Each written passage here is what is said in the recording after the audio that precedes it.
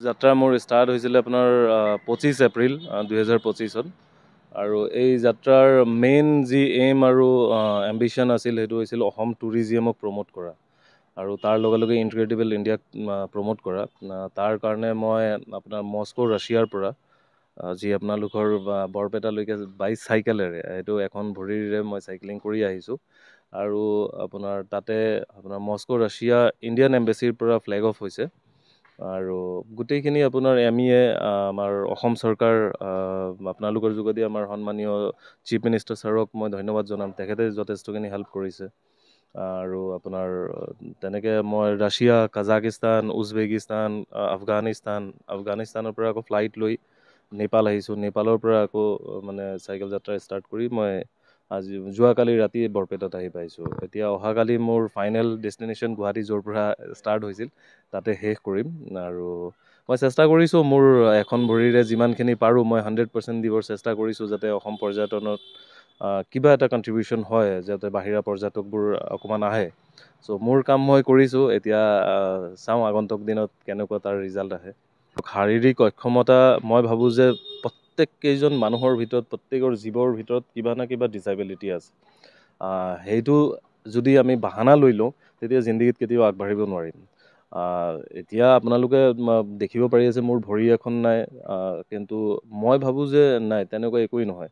যদি আপোনাৰ ইচ্ছা শক্তি থাকে, আপোনাৰ ডিটাৰমিনেশ্যন থাকে, আপোনাৰ যদি জিদ থাকে, তেতিয়া মই ভাবোঁ আপোনাক কোনেও ৰখাব নোৱাৰে। আৰু যেতিয়া আপুনি এটা ভাল কামত মানে আগভাগ লয় তেতিয়া আপোনাৰ ওপৰৰ পৰা ভগৱানেও সেইটো ব্লেছ কৰে।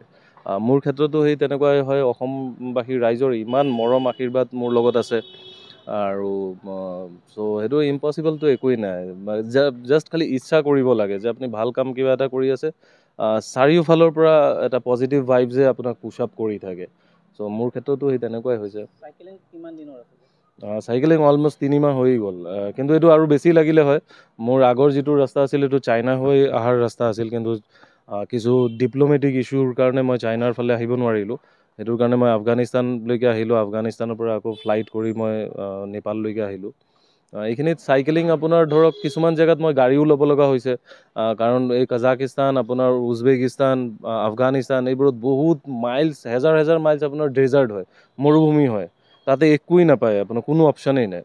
চ' সেইবোৰ জেগাত কিছুমান জেগাত মই লিফ্ট লগা হৈছে। সেইটোতো মই বুলি নহয়, পৃথিৱীৰ কোনো চাইক্লিষ্টেই কৰিব নোৱাৰে তাতে। মানে যেতিয়া আপুনি পানী এটোপালো নাপাব কেনেকৈ আপুনি ছাৰ্ভাইভ কৰিব তাতে। দোকান চোকানটো বাদেই দিয়ক। আৰু সেইবোৰ দেশত আপোনাৰ জিঅ'গ্ৰাফিকেলি বহুত ডাঙৰ হয়, কিন্তু তাতে মানুহৰ সংখ্যা বহুত কম, বহুত কম হয়। আপোনাৰ মই কি ক'ম, আমাৰ অসমত যিমান মানুহ আছে তাতকৈও কম মানুহ চাগে আপোনাৰ এইটো কি কয় কাজাকিস্তানত আছে, উজবেকিস্তানত আছে। কিন্তু বহুত ডাঙৰ দেশ হয়, কিন্তু আপোনাৰ মানুহ নাই, মানুহ নাই। সেইবোৰ আছিল অবষ্টাকল বহুতখিনি আছিল। প্ৰত্যেককেইটা দেশৰ ৱেডাৰবোৰ বেলেগ আছিল। ৰাছিয়াত ঠাণ্ডা পাইছোঁ, কাজাকিস্তানত ঠাণ্ডা পাইছোঁ, আফগানিস্তান, উজবেকিস্তানত গৰম মানে 48 ডিগ্ৰী চেলচিয়াছ গৰম হয়। সেইবোৰ আছিল, অবষ্টাকল আছিল।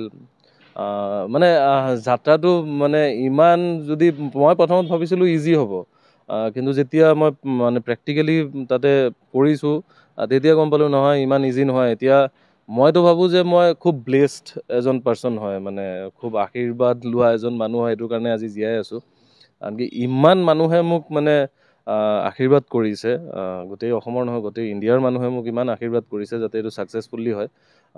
মই ভাবোঁ যদি ইমান আশীৰ্বাদ নাথাকিলে এইটো পচিবলেই নহ'লে হয়, এইটো মানে সম্ভৱেই নহয়, অসম্ভৱ কাম এটা আছিল। আৰু এনেকুৱা ধৰক চাইকেলিংটো, পেৰাচাইকেলিং আজিলৈকে ৱৰ্ল্ডত কোনেও আজিলৈকে কৰা নাই, আৰু মই ভাবোঁ তেনেকুৱা এটেম্প কৰিবও নালাগে।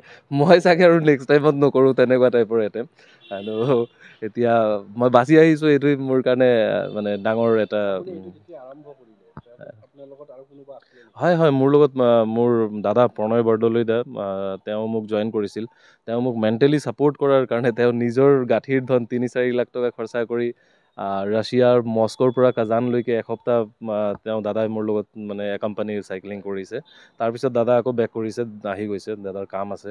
যে ৰাকেশ, ময়ো দাদাক ক'লোঁ যে দাদা মই মানে অকলে ন, এইটো মেণ্টেলি বহুত মানে এইটো আপোনাৰ মানে এনাৰ্জি লাগিব। চ' সেইটো দাদাও তেনেকুৱা টাইপৰে মানুহ হয়, সেইটো কাৰণে দাদাই মোক যথেষ্টখিনি হেল্প কৰিছে সেইটোত। বাকী আপোনাৰ যিহেতু আপুনি এখন কৃত্ৰিম ভৰি লগাই আপুনি চাইকেলিং কৰিছে, তাত কেনেকুৱা অসুবিধা পাইছে? এতিয়া চবতকৈ যদি ডাঙৰ অসুবিধা কওঁ, তাতে মই খোৱাৰ বহুত অসুবিধা পাইছোঁ। আমাৰ নিচিনা তাতে খোৱা নহয়। প্ৰথম অসুবিধা যিটো আছিল, আমিতো 3 দিন 2 দিন নোখোৱাকৈ থাকিছোঁ। এইবোৰ গাজৰ, বিলাহী, আপোনাৰ ফল মূল খাই থাকিছোঁ। তো সেইটো এটা ডাঙৰ মানে চেলেঞ্জিং আছিল। তাৰপিছত আছিল কি, মোৰ ৱেইট আগত যিটো আছিল সেইটোতকৈ বহুত ৱেইট কমি গ'ল। সেইটো কাৰণে মোৰ ভৰিখন যিখন মানে ভৰি হয়, আৰ্টিফিচিয়েল লেগ হয়, তাতে চকেট বুলি কয়, সেইটোৰ ভিতৰতহে ভৰিখন সোমাই থাকে।